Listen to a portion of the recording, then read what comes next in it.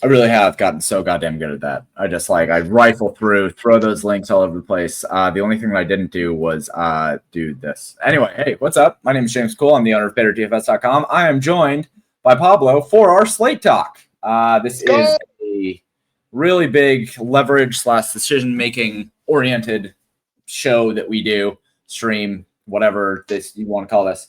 And this is focused on NFL DFS. So what we usually do that's a little bit different than general industry talk is we're not going to be focusing as much as on individual players today and like position by position and game by game. Like we'll hit on some of that stuff, but the vast majority of the stuff that we talk about is decision making and how to leverage the field and how to actually build lineups that give you a chance to win. So, if this is the first time joining us, then welcome. If it's the umpteenth time joining us, then appreciate the support. Pablo, how are you doing today? I'm doing well, man. I think this is like a really interesting slate. Like from just a macro game theory standpoint, from a small field versus large field, how you approach it. It's like another slate where I think the most obvious approaches are not in any way debatable.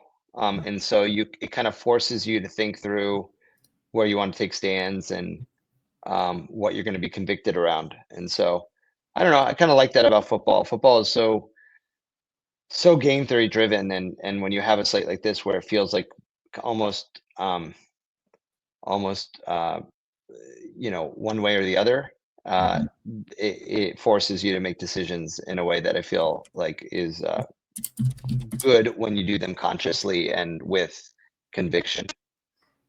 Yeah, I agree with that. I think as I've been looking through the slate and as I've been kind of like thinking about and brewing on it, I actually did do kind of a look ahead show with Bobby Fi over at Shoe DFS on Wednesday, which I never fucking do. But as I was doing so, I was looking at the pricing, and the pricing is just awful on this slate, for lack of a better word. The pricing algorithm for DraftKings has been atrocious to start the year. And like we've just been underpriced kind of across the board outside of wide receiver. Wide receiver feels about right, but running backs underpriced, quarterbacks underpriced. And so that's kind of a driving factor in a lot of decisions that we're making, especially because we have not one, but two $4,000 quarterbacks this week. And last week I talked about it at length, and it was my main talking point, which was like, why is Mac Jones not going to be like 30-something% owned? And I went over all the math, and I went over all the different combinations, and I went through like the different combinatorial analysis. And it was just like, Mac Jones is a massive, massive value on this slate, and everybody should be playing him. But lo and behold, he was like 7% owned or something, right? I had 25%. And this week, we have two of those quarterbacks that are available in arguably better spots. At the very least, Carson Wentz is 100% a better spot than Mac Jones was last week because he gets Justin Jefferson with him. So like we have these instances where we have these really cheap quarterbacks. And the thing that I keep thinking to myself is, how is this even a thing in 2025? Like we have backup running backs priced up to 5K. How the fuck do we have backup quarterbacks not all at 5? That doesn't make any sense, especially after Mac Jones was 4K last week. And then DraftKings was like, oh, well, we should probably, that's a crazy thing. And then they're just like, fuck it. Everybody else is 4K this week. So I think that's kind of a crazy thing. And I think the field's going to make that same mistake again this week. And we'll talk about it, obviously, as we go through the show. But I just want to touch on the fact that I just think that pricing has just been bad this year. We have a lot of guys who are just way underpriced across the board. And, that might, there's some bias there for sure, I think. But I think that's a good segue to like the chalk builds and just starting there before we sort of talk about positions and field psychology. So I think there's a couple of value situations this week that are a little bit different from one another, and I think it's important to think through them. First of all, there's value that's just like dumb, right? Like I would characterize that as like Keenan Allen's price this week is dumb, and Rome Odunze's price this week is dumb based on their value, but just based on their usage and based on admittedly small sample, but how they performed so far. And then there's injury driven value, which like is clearly Wentz, Mariota are the main two injury driven values, and then Jordan Mason at running back. Yeah. Those are like the things of like, they did the pricing and then these guys weren't out yet. Now they're out. So they're kind of just like completely mispriced. The first decision that I think any player is going to have to make is, are they playing punt, Mariota, or Wentz? And I think they're a little bit different from one another in a couple of different ways. Yep. Versus Caleb, who's going to be certainly owned, but I think being held in check by a little bit by those two guys. In a game that has shootout potential with a significantly higher total than every other game. That's very game stackable and is also a late game, so it gives you some late swap flexibility. Mm-hmm. Or are you? Because I think those are the main. Those are definitely the main kind of three guys. Are Mariota, Wentz, and Caleb for small field. And then, do you think about a more off the path but high ceiling quarterback like a Herbert, which we could talk about, which I think our models at least loved before I reloaded them. I don't know where he is now. And I think that's the first decision, because like you said, like Mariota and Wentz both allow you to pay up at basically every spot. And you've got, if you accept that, I forgot one injury driven value play this week, which is Kenny Walker, right? Kenny Walker is also like ridiculous value with Charbonnet out. Because between Mason and Walker, some combination of Duduze and Keenan Allen, and then Wentz or Mariota, like you basically can then spend up at the other positions. And so you can fit every stud you want. And so I think it's an interesting debate. Like, first of all, I think Mariota versus Wentz, they're two very different situations, right? Wentz is, first of all, Wentz has JJ Jefferson. That's different, right? He also has TJ Hawkinson, who I think is kind of a sneaky play when you have a quarterback who I don't think is particularly good. And TJ Hawkinson, I think, is 38 or 3,900, who also happens to be leverage off of Jordan Mason if you don't want to play Jordan Mason for some reason. Mariota is just like, he projects like a god, and I think I think Mariota is like the decision you have to start with on this slate. Like, do you believe in his projection? Do you believe in the outcomes that the models are all telling us? Because the whole industry is showing the same thing. Like, the whole industry is showing that he's got a great projection. He's like ridiculous value. And I know you're bullish on him, and I don't blame you, because that's what the models say. I'm just gonna, my only word of caution is like, it would be not surprising to me to see Mariota, because of the situation he's in. Eckler's out, and the Commanders just haven't been that great on the early going against, I think, a Las Vegas defense that is slightly underrated. And they've had their problems in O-line. They have like a guy coming back from injury, and I don't know that it's like the best matchup for Washington as much as people think he is. Mm-hmm. And then you have Wentz coming in for JJ McCarthy and a really good team against a shitty Bengals defense. But Wentz sucks. Like, this is like his 7th NFL team. He can't stick with any team. But he has JJ Jefferson. So I don't know. I think they're definitely analogous to what's his face in San Francisco that we did last week. Mac Jones. But I don't think that either of them is like, Wentz sucks and you're using him because he's playing against the Bengals and he has JJ Jefferson. Mariota, I just think is like, I think that the projection is more fragile than anybody would like to admit. And I'm not knocking the play. Like, 4K for these quarterbacks in this situation is ridiculous. But I just want to point out that we have a ton of value also at receiver and at running back. And if you think the projection is more fragile than the models would suggest, I don't think it's crazy necessarily to pay up for somebody who has maybe a slightly more robust projection. Yeah, so the Mariota projection comes from some rushing floor that Carson Wentz just doesn't have. Yeah. which is funny actually because he used to have it, but he doesn't have it anymore. But the thing with them again, and I made this point last week with Mac Jones, is that we're not really aiming to compare them against other quarterbacks. Now, if you do, you still get them as good values, right? But you do not get them as the same kind of value that you would get comparing, say, a 4K. Like if you were to get, let's think of like a kind of a mid-range wide receiver, like Brian Thomas Jr. At 4K versus, say, a different wide receiver, a DJ Moore, right? In that conversation, right, you would look at them next to each other and you would say, okay, well, if they have a similar projection, then I'm not really like, I want to play BTJ, but I understand that his projection is very volatile and very wide. Whereas with quarterbacks, it's just not that usually. Like you can kind of expect their range of outcomes to be much more narrow as a position.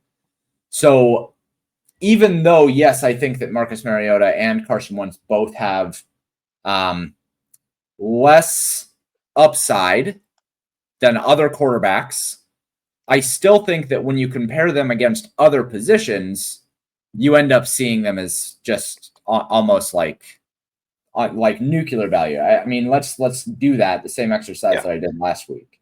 Yeah, and while you're looking that up, I don't disagree with that. My only point is really that value, that relative value of quarterback is more valuable on slates when you also don't have stupid wide receiver value and stupid running back value. Right. Because you don't, like, it's still valuable. I'm not saying it's not valuable. It does allow you to get up from a mid-range player to pay up, or maybe even 2 pay-ups you wouldn't be able to afford. So that's not meaningless, right? But it's like, it's almost like you're comparing like the relative value of Mariota to the relative value of like Odunze. Like it's not, because it's one's at quarterback and the other's at flex. So the quarterback pay down allows you to pay up at flex, so you can get up from like an Odunze to somebody higher. But it's almost like that's the more appropriate 1v1 here than it is the quarterback to the pay up quarterback. Right. It's also worth saying that last week, Mac Jones projected for like 15 or 16. And then the next player at 4K, I mean, we can do the same thing here. This is the same exact thing that I did last week. I agree with your point, by the way, that when it comes to this slate specifically, we have so many other values that it does not make the quarterbacks as valuable as values, right? Because when we look at this, right, this is just $4,000 or less. The gap here from Carson Wentz to Troy Franklin is acceptable, right? Like that is acceptable. Last week when we basically had Mac Jones, who projected like Marcus Mariota, and then next was Troy Franklin. We had like a 4 or 5 point gap between the next best value play. And this week we don't have that. So It's less valuable on a slate like this. I do agree with that. However, when we're considering a scarcity position at the same time, I think that is important as well. Whereas if you can go from, say, here's the fun example, Dak Prescott down to Carson Wentz or Marcus Mariota, while maintaining having CeeDee Lamb and George Pickens, right? Like that makes it so that you have the extra money then to go from a Troy Franklin to a JSN or something. And by the way, I think this is partially a field size thing. Like, and it's actually almost the opposite of what you would think, in my opinion.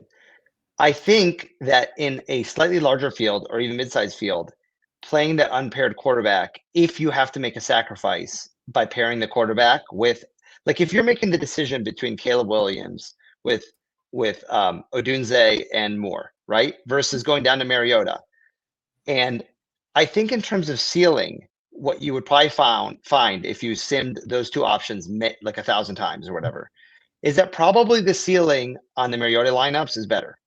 Yeah.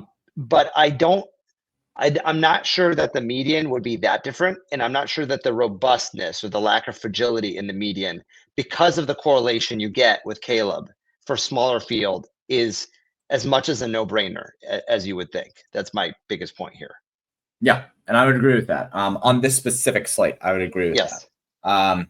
I would also like to say that I think that the play this week is not so much to look at the value quarterbacks as where you start, but to look for opportunities to utilize them to find upside. Yeah, exactly. The thing that I'm thinking of, the thing that I think would be the best use of the 4K quarterbacks this week is in Ram stacks and Dallas stacks, where if you can go just build out your favorite Ram stack, just build out your favorite one, and then just say, fuck you, Matthew Stafford, I'm going down Marcus Mariota. I think that that's a terrific move, just in all formats. Because the savings then allows you to go up from somewhere else and build a better, more robust lineup while maintaining quite a bit of the equity that you have from the wide receivers. And when I was talking about like the ability to see what the field will generally do and how do you use that as a way to either micro or macro wise build differently. Micro meaning you're seeking those higher upside players or stacks that aren't going to be used as much. Macro being you're maybe potentially flipping the build on its head a little bit. If you kind of have to understand where the builds start, right? And I think the chalk builds, and because I don't think there's one. I think there's there's essentially two. One is Mariota or Wentz with the value receivers. We're talking about cash builds, right? Chalk cash builds, which are probably going to be Odunze, Keenan Allen. It's some combination. The running backs are extremely clear this week. The running backs, there's a 1A and there's a 1B. The 1A in terms of chalk, and by the way, they all project to be decent chalk. Like they don't look like shitty chalk pieces, right? Is CMC, Walker, and Jordan Mason. The 1B, which is almost as chalky, not quite, but still really good projections, by the way, is Taylor on the Colts and Bijan against Carolina in Atlanta with the second or third highest total. So it's very clear that for small field, like those are probably the 5 running backs you're probably playing around. I don't know that that's where you're going to find your upside outside of those 5 guys. I do think there's some sneaky running backs, and I'm not saying that they're not good plays. I just don't know that it's necessary where you're going to separate yourself in smaller field is getting off one of those 5 guys: CMC, Walker, Mason, Taylor, Bijan. So the chalk build is going to be Mariota or Wentz, probably more Mariota because I think people are nervous about playing Wentz. Like By the way, the chalk quarterback right now looks like Caleb Williams. So which makes Mariota even more attractive, right? Because of what you can get, to your point, at ceiling at flex. It's going to be some combination of those 5 running backs, and then the wide receivers. There's really only like 2 pay up receivers that are in the optimals. It's CeeDee Lamb, and JSN, and then at value it's Odunze and Keenan. Keenan Allen. There's one guy in the mid range at receiver who is somewhat akin to Bijan and Taylor at running back, which is Puka. Puka's like just below JSN, Lamb, and Keenan, Odunze in terms of ownership.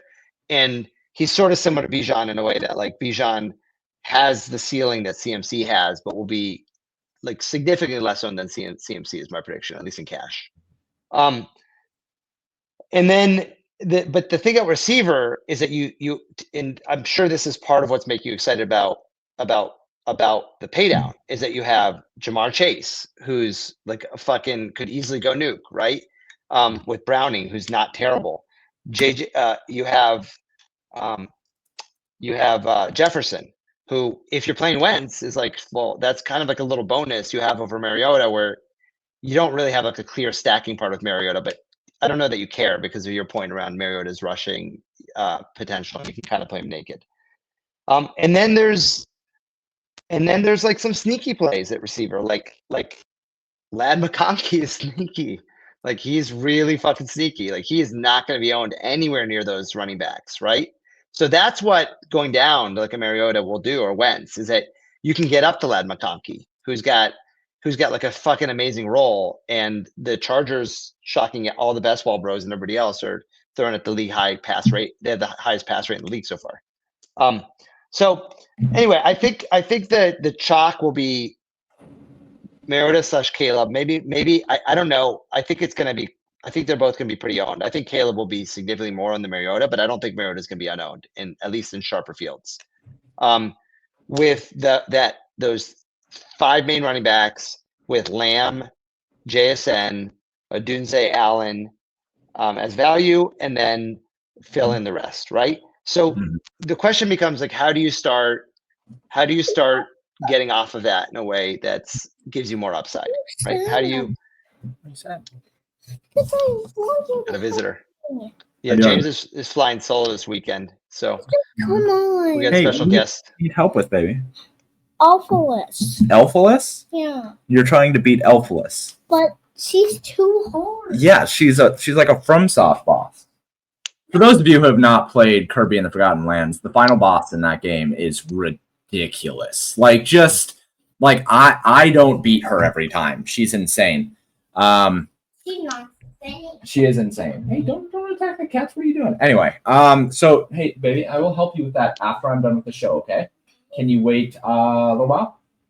Yeah. Can you wait a little while? 4, 3. You're gonna count me down. What? Anyway, so yes. So we know what the chalk builds are. The question I had for you is, and I have a separate question about receivers in a second, but is what's the best way to think about getting off those chalk builds for higher ceiling, right? Like how do you build for higher ceiling, and obviously with lower ownership, right? Yeah.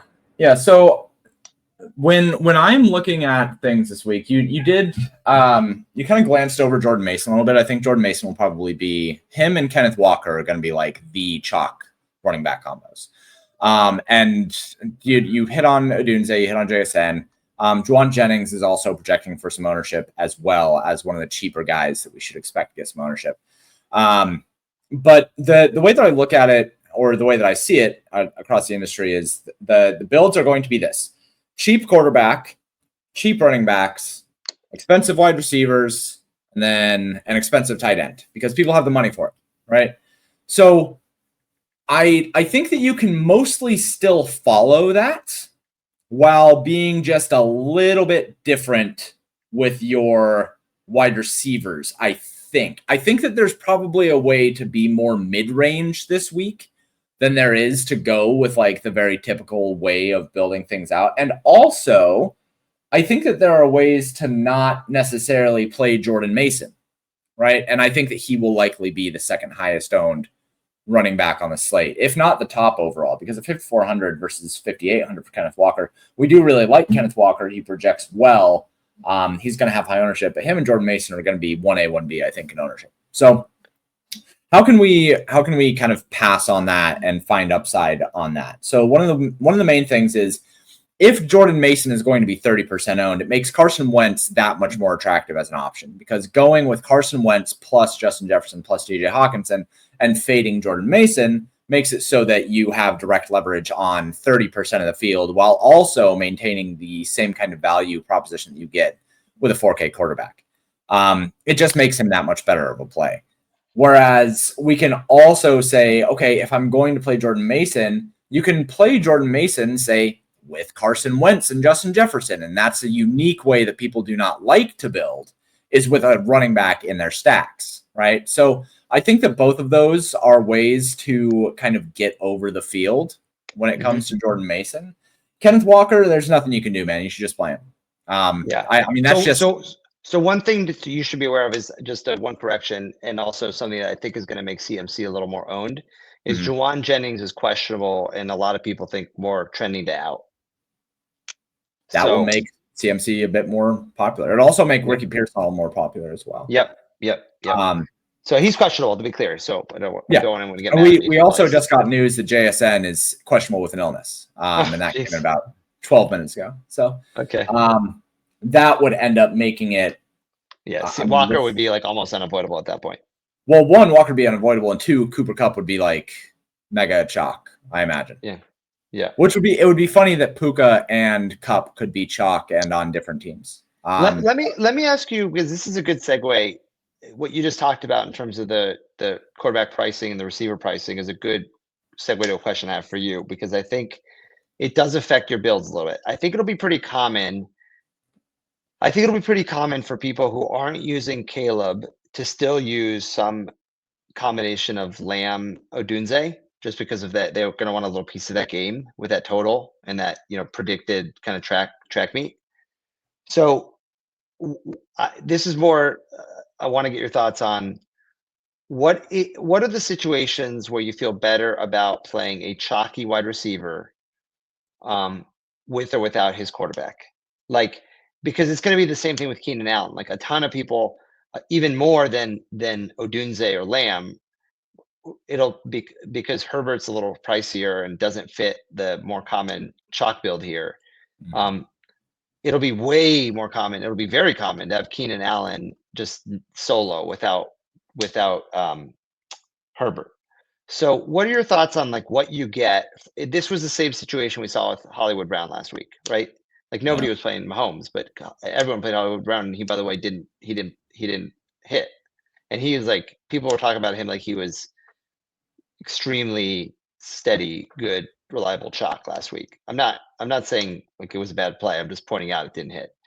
So what are your thoughts about Odunze, Lamb without Caleb versus with Caleb, and for that matter, Keenan Allen with or without Herbert as owned pieces that project to be really, really good value?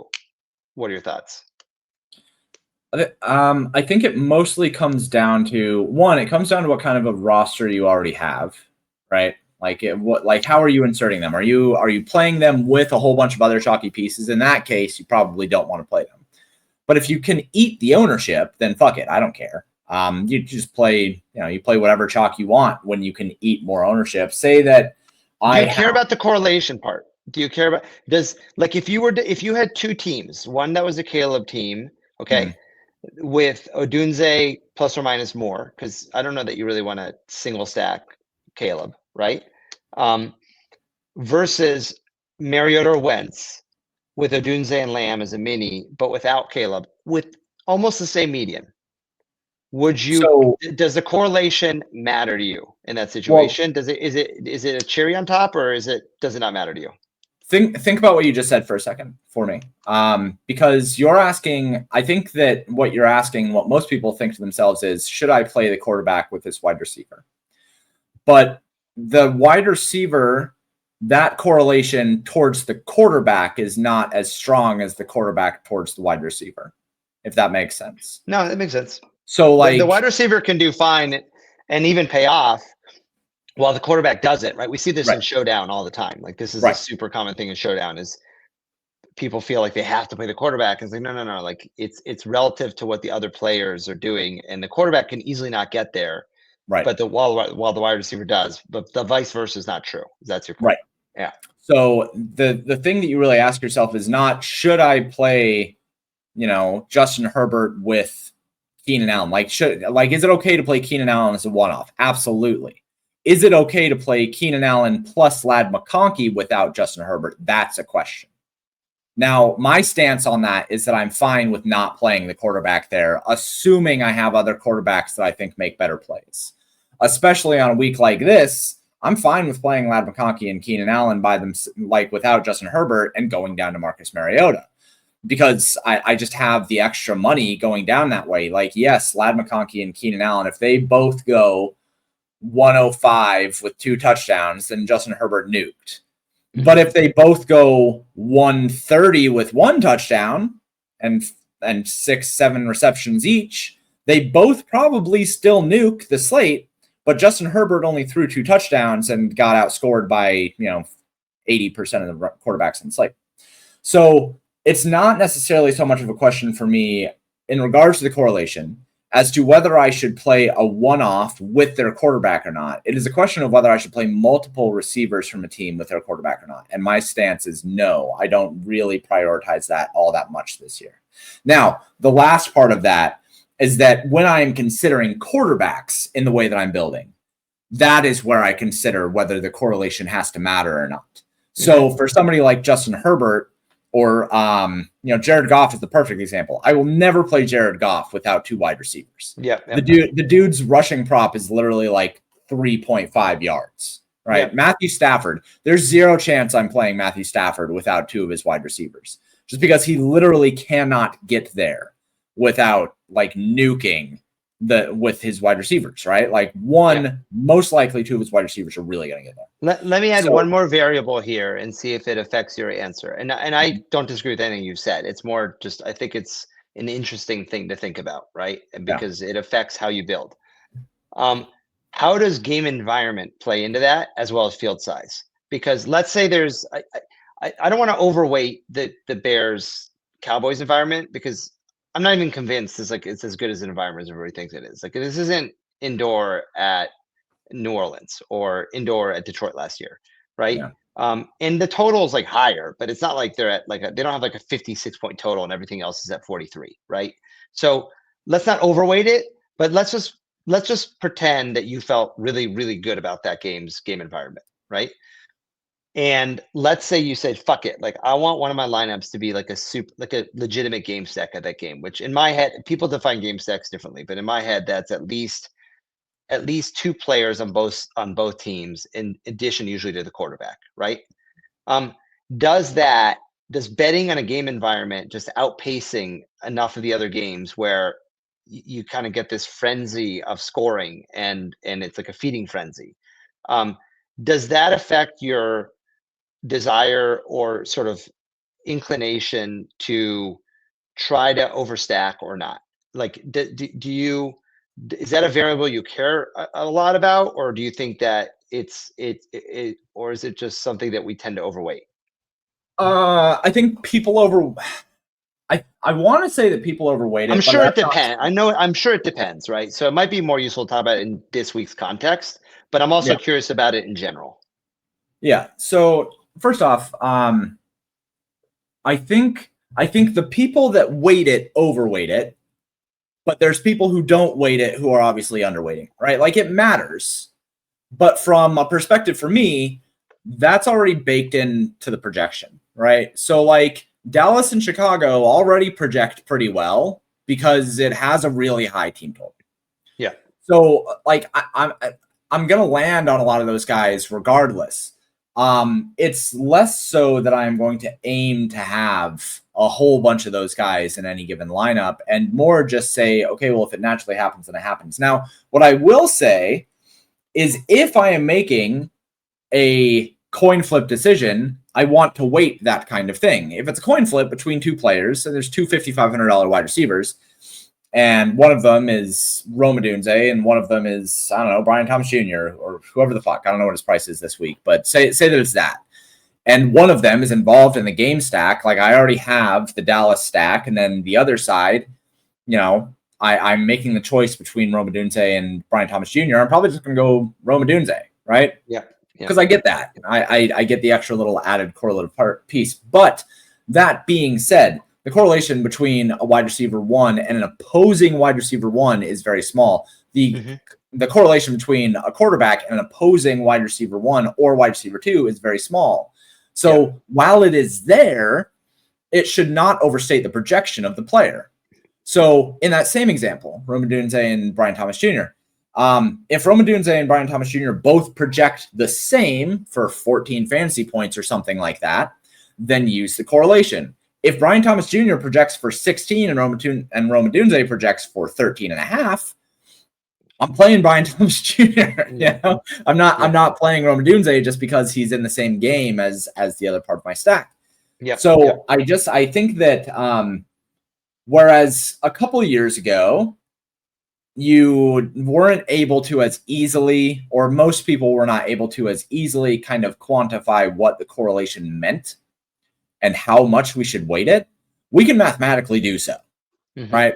So like nowadays, I don't think that there's any excuse for somebody to say, oh, well, you know, I'm just going to go with my gut on this because it's a game stack. Like we can mechanically. You can value that. You can value that. Yeah. We can.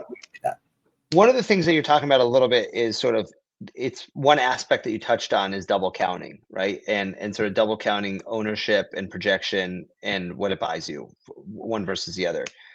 I want to tie that into like a little bit of field psychology here, which is at tight end, I think it's pretty clear that McBride will be the chalky tight end, right? I continue to have a hard time looking at his outcomes and feel that I would not be happier having a receiver at his price. Like I understand he's a beast. I understand he gets used a lot. But if you just compare his range to receivers around his price and above and below like $500, I think there's a bunch that have ceilings in perfectly good game environments, less owned than him. And to me, then that just makes me sort of want to find a slightly cheaper tight end and just play a receiver at his price. That's generally how I feel about McCarthy. Now that might change. Like I might be docking him too much for his lack of touchdowns, which is more of a FanDuel thing, but he doesn't generally do the shit that you would expect McBride. Yeah. For his price. The other thing in psychology here that I'm just curious about, which is sort of narratives we have around quarterbacks and how it affects their skill players. And it matters, but I also think to myself, well, yes, that's already baked into their ownership. But I'm thinking about inefficiencies that are driven by the field getting over excited about things that are happening early on. One of the things people seem to be very excited about is Danny Dimes Jones being good so far, right? And my point there is like not about him, it's about Tyler Warren. Tyler Warren is still like independent of what you think about Danny, he's still pretty cheap and his usage has been stellar, right? But I do ask myself sometimes, like, are we more comfortable with this play at a pass catching position, specifically tight end or receiver, than we should be based off of early results on somebody who's super excited about? Meaning, like if Danny Dimes had gotten off to like kind of like what we expected, or at least kind of a shitty, like an average start, not like a 99th percentile great start, I think we'd probably be saying to ourselves, like, I don't know about Warren at this ownership. And I don't know about Warren. I don't even know about Warren's projection. Like, and I'm asking myself, like, do we really believe that Danny's going to continue to be this good? Like, is he just good now because he's got a good coach and they have like Taylor and a good line? Or like this week, is Danny going to like be a shitty quarterback that we've seen for the last 5 years? And we're going to be like, what the fuck were we doing playing Tyler Warren at like ownership, right?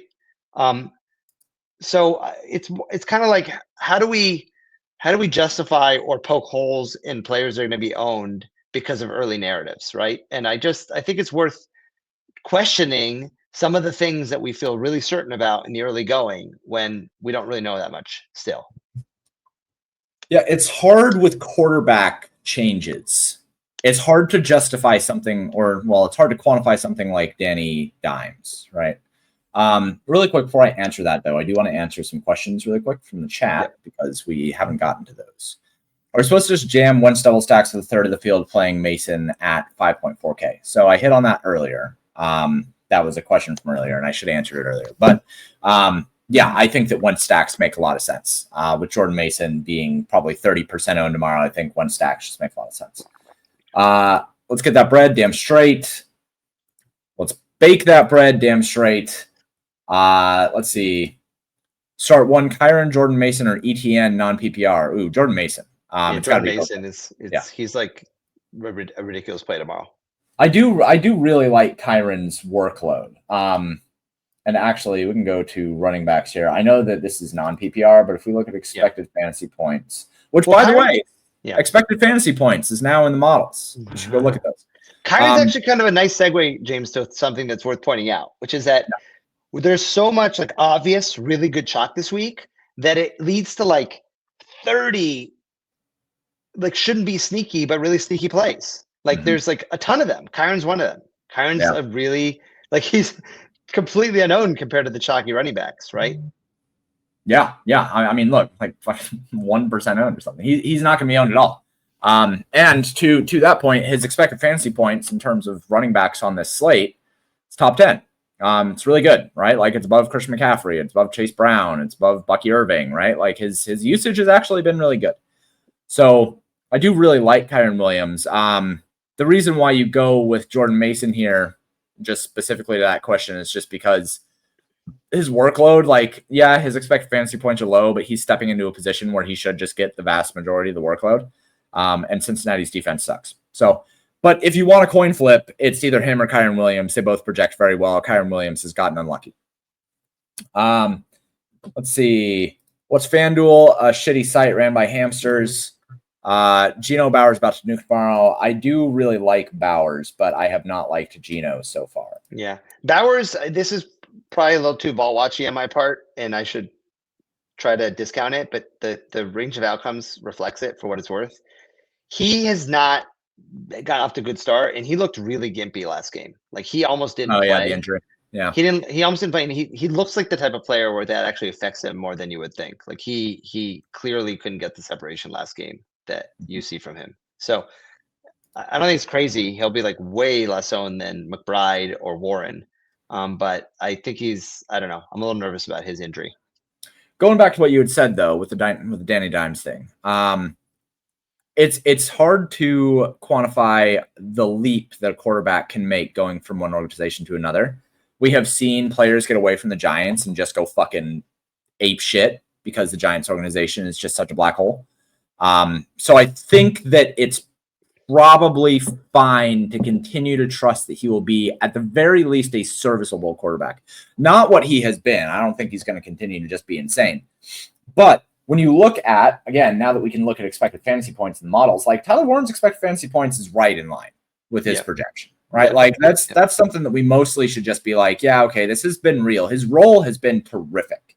Yeah. So with a role like that, this 4,400 range last year, something that I made a lot of money with was just saying, okay, is this elite tight end $1,000 underpriced, right? Because the elite range is $5,500 or more.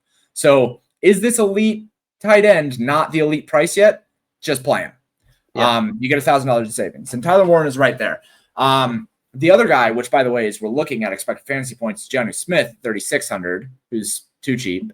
And then we also still have guys like Juwan Johnson, who I don't know why his fantasy points. Let's see, where? Oh, right. Yeah, he's up there at the top at 39. Yeah.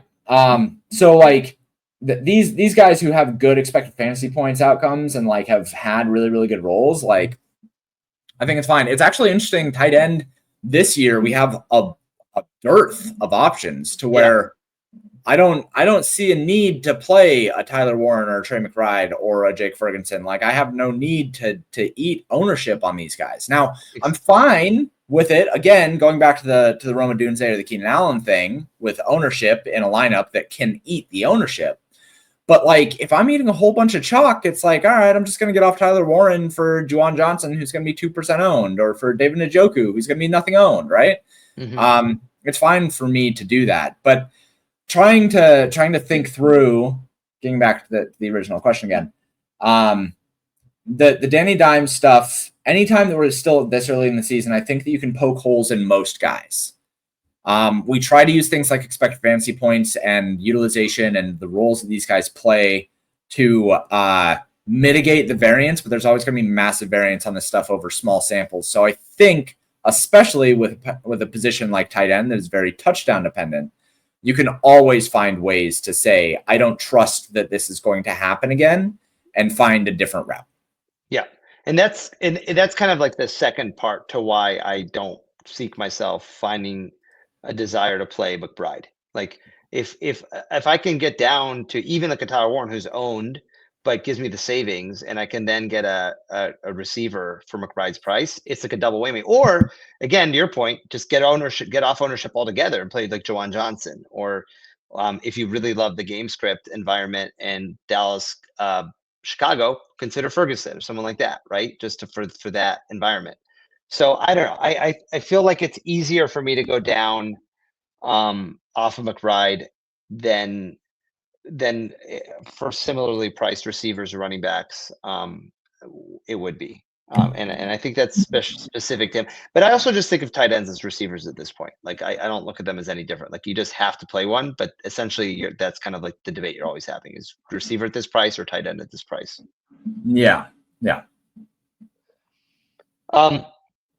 The one I want to talk about, just like a couple stacks that we think might be an interesting way if you just want to get off of like the play the cheap quarterback. Like, and the one that I am just in love with, and I don't think it's super sneaky, but I think it's for small field, I think it'll be pretty significantly underowned.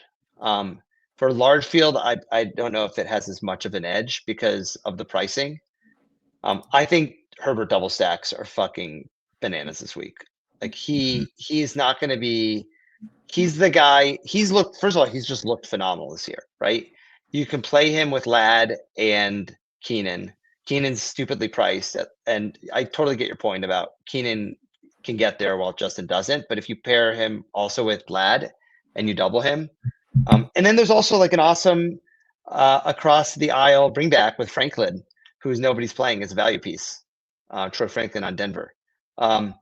So that's one way. I mean, for smaller field, I'm not like claiming this is super sneaky because I don't think it is. I don't think people are like, oh wow, like Herbert's some like crazy off the wall play. But I think in smaller field, he's going to be super unowned. And I'm kind of excited about it. He's going to have no ownership at all. And to be fair, justifiably so. I understand why people aren't going to play him. It's because we have no less than 10 quarterbacks who are just like straight up great plays. Yeah. Right. So I get why he's not going to have any ownership, but the team total is good and everyone is going to play Keenan Allen. And so I'm totally fine with playing Justin Herbert plus Allen plus McConkey. I don't have any problem with that. My problem is like, I don't know how I get there with a handful of lineups, you know, like for me, if I'm going to MME this week, first off, if I MME this week, I'm going to have like 50% of my lineups be Wentz and Mariota. So then I only have another 50% of my lineups to be like, all right, do I like want like 2 Justin Herbert? Yeah. Whereas it's probably more likely that I would end up with like Ladd McConkey and Keenan Allen and no Justin Herbert because I played in a Mariota lineup. You know? Yeah. And I actually played late slate heavier than I planned to. I'm one of the things I've tried doing this season, which I highly recommend for anyone playing with a meaningful bankroll. And meaningful bankroll you can define in a variety of ways, but to me, a meaningful bankroll is the amount of money that you would like. It's not just like money that you would be happy to lose, right? Like if I recommend, I know this is something we've said before, but people don't seem to think about it that much, which is I tend to reg like the day before or even 2 days before and really put some thought into how convicted I am around my plays to define how much volume I'm playing and also what contests am I going to play or what contests am I going to play based on how contrarian or not I am feeling on a given week. We all have our inherent style, but so we should all inherently be playing towards our style for the contest size, but also in a given week, your takes, your convictions may be more optimal or more contrarian, right? And you should tailor your volume based on how convicted you are on those things. And you should also tailor what contests you're playing based on what style of lineups you feel good about building this week. And I specifically entered more late slate lineups, the late, however, how many games it is, because I wanted more Herbert. And I was like, I can't really justify that much of him in the main slate. Yeah. I'm heavily on your side on this week. Normally I'm an MME guy right now, like for the last couple of months because of the portfolio manager, I've been a big MME guy. This week, I think I'm just going to play a single lineup and higher dollar stuff. And the reason for that, I have 2 right now. That's it. And I think I'm done. I think I've already built my lineups. Like as I look at this slate, I'm just like, why would I do anything but play a cheap quarterback with some expensive double stack wide receivers, Jordan Mason, Kenneth Walker, and just like figure out that like, why would I not just play a lineup that I think covers every single base that I need to cover, that I have conviction on, and just kind of like, you know. Can I watch something? Can you watch something? Is there play something? Oh, play something. Yeah, I'll be done in a couple minutes, okay? We're almost done. Done. It's my fault. It's my fault. It's my fault. You can say, Pablo, rude. Pablo, rude. I talk too much. We're almost done. No, it's actually I was late today. So yeah, I look at this slate. I have a lot of conviction and just kind of like a lot of confidence in playing one of Mariota or Wentz, focusing on the wide receivers for the Rams, for the Cowboys, or for especially if JSN is going to be out, Seattle, right? I have a lot of conviction on these spots. I think that the running back pool is very small. There's like 5 or 6 guys that I really want to play. And so with that, it's like when you MME, one of the things that I think that you MME for is trying to make sure that you can kind of spread out your risk and spread out your volatility and put yourself in positions where like the things that you like can kind of mesh together in a natural way. That's what I think that MME is really good for. Yeah. But that really starts to have diminishing returns when there's like 13 guys you want to play, right? Because like then outside of that, you're just like, well, why? If I'm going to have like 60+% of my portfolio be like 9 guys, why wouldn't I just take those 9 guys and build one lineup and just, fucking full send it? Yeah. So, and that's kind of what we talked about throughout this slate talk is like defining what your conviction is and how strong your conviction is. And if you're going to be convicted on something, first of all, you have to make a decision. Like you have to decide what are you putting your chips on, right? And also, how convicted on that are you? The less convicted you are, the more you should hedge around it or build more diversity around it. The more convicted you are, the more willing you should be able to go all in on it, right? I feel very similarly. I have 2 lineups this week. I've been building 4 to 6 on most slates, and even sometimes 10. And I keep finding myself doing the same thing over and over again. I'm like, I'm just going to play these 2 lineups. This represents how I feel about this slate.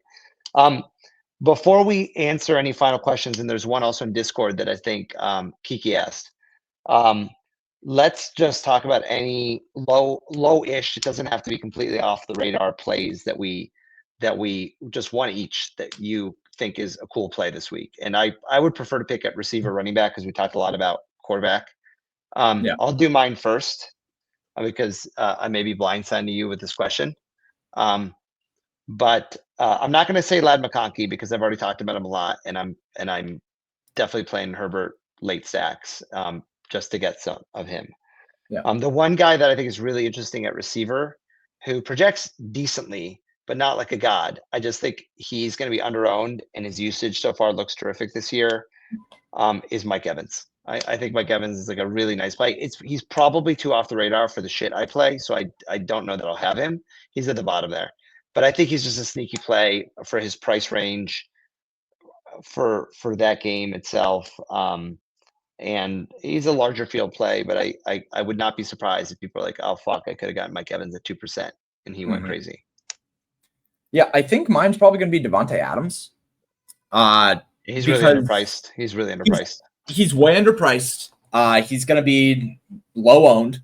And I think that Rams team, I don't think that we're focusing on stacking them enough. Like people just in general, like when you go over and you look at the stacks range of outcomes here, like they are the top overall projection. And I heard some other podcasts in the industry. I really honestly don't remember which one. I listened to a lot, like the days leading up to football. Yeah. But they were pointing out that the Rams offense right now is like just like straight up Kyron. It's Puka and Devontae. Like Kyron gets some play, but that's he's not like a smash every week like it was like last year for some period of time. Right. But the passing offense is like literally just those 2 guys. It's just those 2 guys over and over and over again.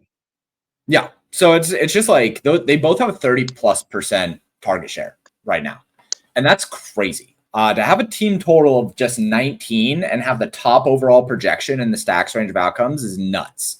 They have a higher projection as those 3.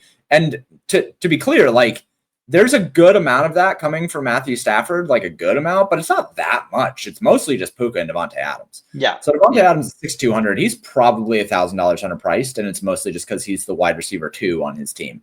Yeah. They both deserve to be $7,500. So you're getting a massive value on Devontae Adams, and I just think that he makes a lot of sense at the price point that he's at and makes a lot of other things work as well. So I'm really into him as a lower owned play. And then, just again, I just want to point out that we really should just be focused on trying to pay down at quarterback. Like that's just the other thing, because they'll be underowned, right? Like I just know that they're going to be underowned relative to the value that they represent, even on a slate like this. And the last one that I wanted to note was going to be T. Higgins, who T. Higgins has really, really good expected fantasy points right now. As we look at these guys, like his median is 13, but his expected fantasy points 17.5. That's not that much farther behind somebody like CeeDee Lamb. It's above Devontae Adams, Nico Collins, Mike Evans, Christian McCaffrey, right? Like the expected fantasy points there is pretty good, and he's just cheap. At 6,100, I think that he makes a lot of things work.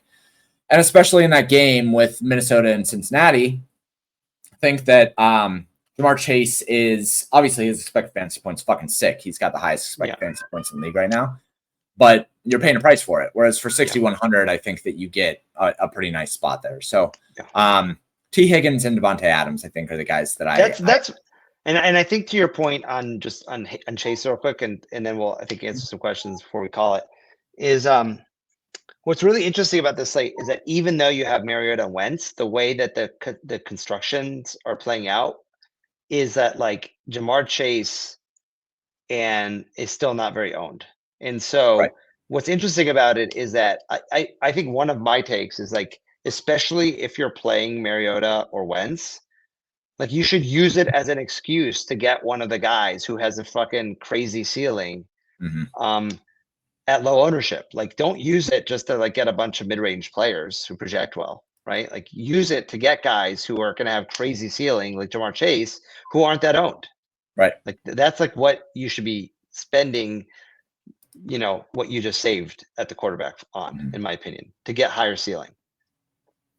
I'm going to build the worst fucking lineup this week. Well, there's so many options. I mean, somebody said it's a really bad cash slate. It kind of is, because there's like 30 different crazy value options. Like it's all the cash lineups are all going to be great. And it's just going to be like, did you get unlucky picking the wrong chalky guy?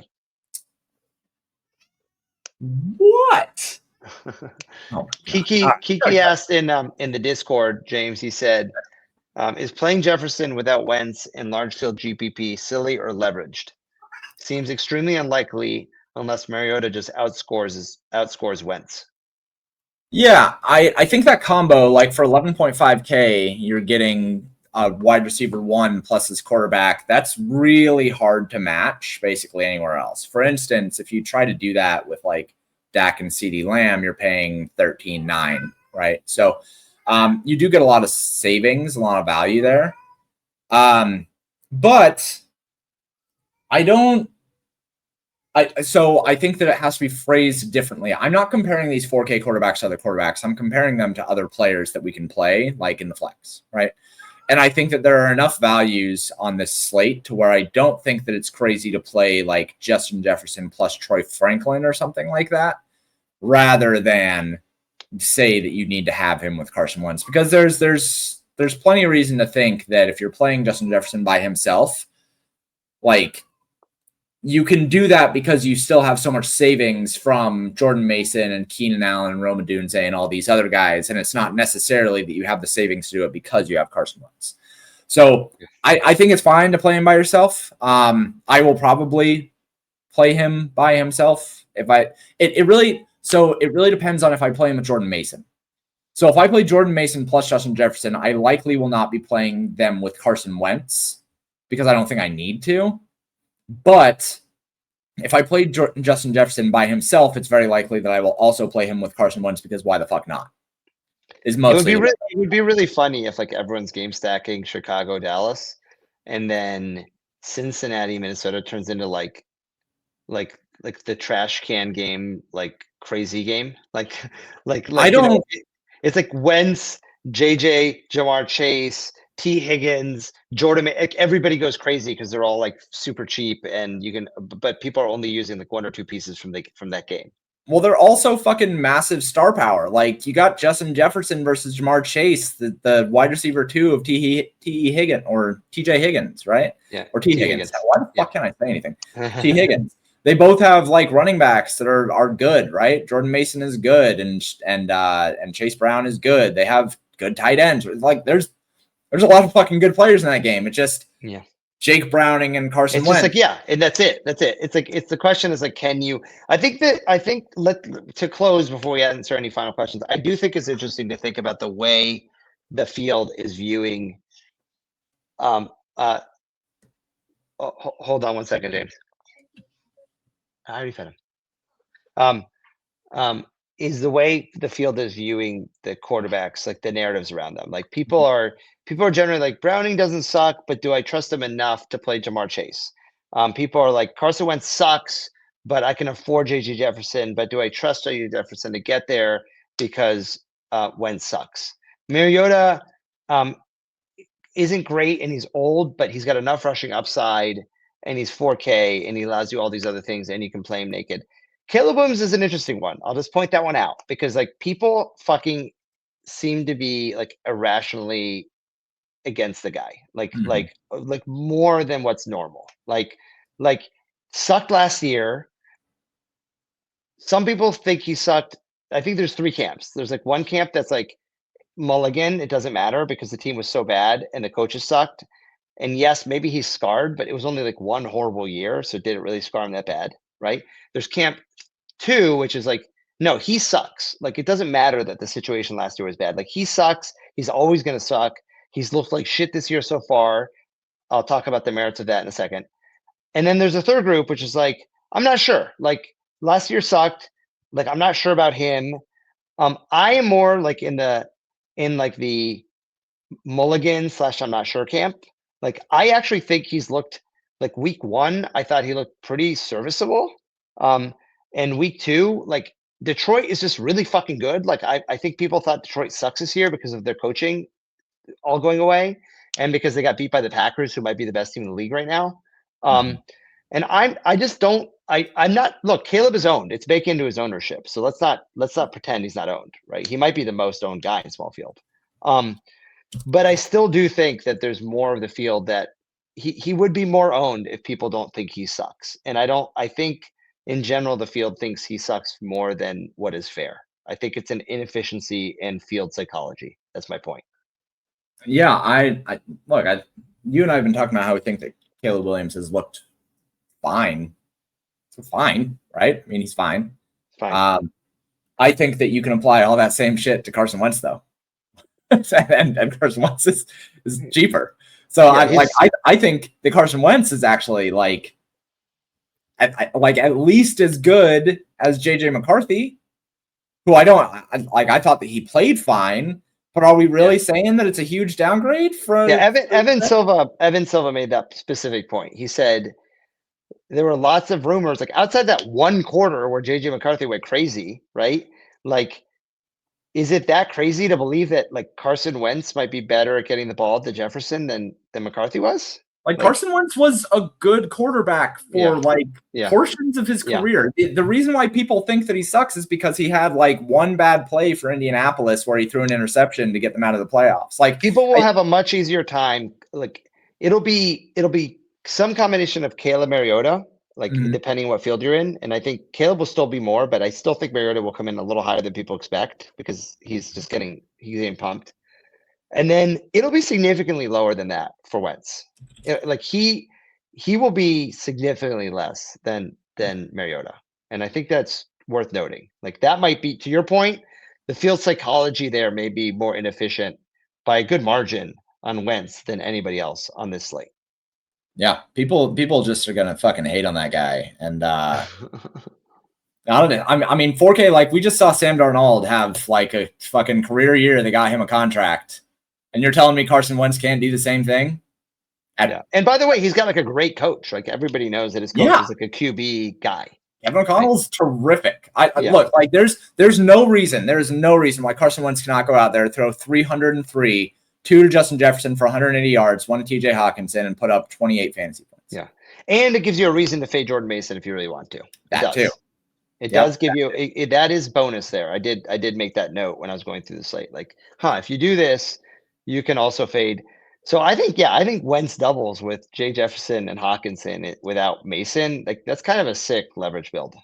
Yep, you're damn right it is. Just built it. Any final questions? No, I mean we probably hit like pretty much everything. Okay, great. Let's see. Let me. I'm saying from the listeners. Questions Yeah. from the listeners. See, AK and TJ Higgins. Yeah, go fuck yourself. What would be amazing is if it rains, gets stopped with 1 hour to a delay. I'm not sure what game that is talking about. Maybe Chicago. That happened that primetime game when it sucked. The reason why Wentz is priority for me is because you have to get less things right. That isn't the case. You play Caleb Mariota. When Wentz smashes, he'll bring multiple guys with him. I mean, look, like true for Mariota, not as true for Caleb. If Caleb smashes, he's bringing Odunze more with him, or DJ Moore. People aren't playing DJ Moore. Yeah, I think. By the way, I do think that's another way. We talked about this last week, but it is okay to also say to yourself, "Hey, I am going to play some of the owner's own stuff in a more creative way." DJ Moore, like everyone's so sure about Odunze. DJ Moore's everyone's decided he's not part of the offense. He's not owned. Right. Yeah. Which I think is fucking crazy, by the way, because there were times when he nuked at so if you play Caleb, just double him with fucking Moore and Odunze. Don't single him with Odunze. Just double him. That's a creative way to use Caleb. Yeah. Yeah. Whatever you want to do. Yeah. All right. That's cool. that's the whole thing. This has been a really good one, even though Damascus has been very. I think that made it even better. I agree, it made it even better. But yeah, this article or this show always kind of puts me in the right state of mind. Wanted to go there. If you enjoyed all of this, and if you enjoyed looking at the models, and you want to see all the things the models have to offer, come get a subscription over at paydirtdfs.com. $40 a month gets you everything. I'm not a hack. I want people to have access to stuff. It's advanced models for everyone, not advanced models for people who can make this more than a hobby. So come get a subscription over at Paydirt. If you want a yearly subscription, you can do that as well. Or if you just want to try things out for a day, you can for $5. If you have any questions for me or for Pablo, you can reach out in the Discord. You can find the Discord here under information and go to the Paydirt community Discord. It is free to join, and it's a terrific Discord. I think that today we have been making fun of, what have we been making fun of today? Oh, the politics channel. Right. Yeah, we have a politics channel. Come join if you'd like. But yeah, anyway, come check us out. If you haven't checked us out already, you're missing out. And those who have, thanks for the support. Appreciate, love all of you. And hopefully I take down the 5-5 tomorrow with my single lineup. It will be disgusting. Let's go. Good luck. Talk to you guys later. Thanks so much. And let's win another slate. Peace.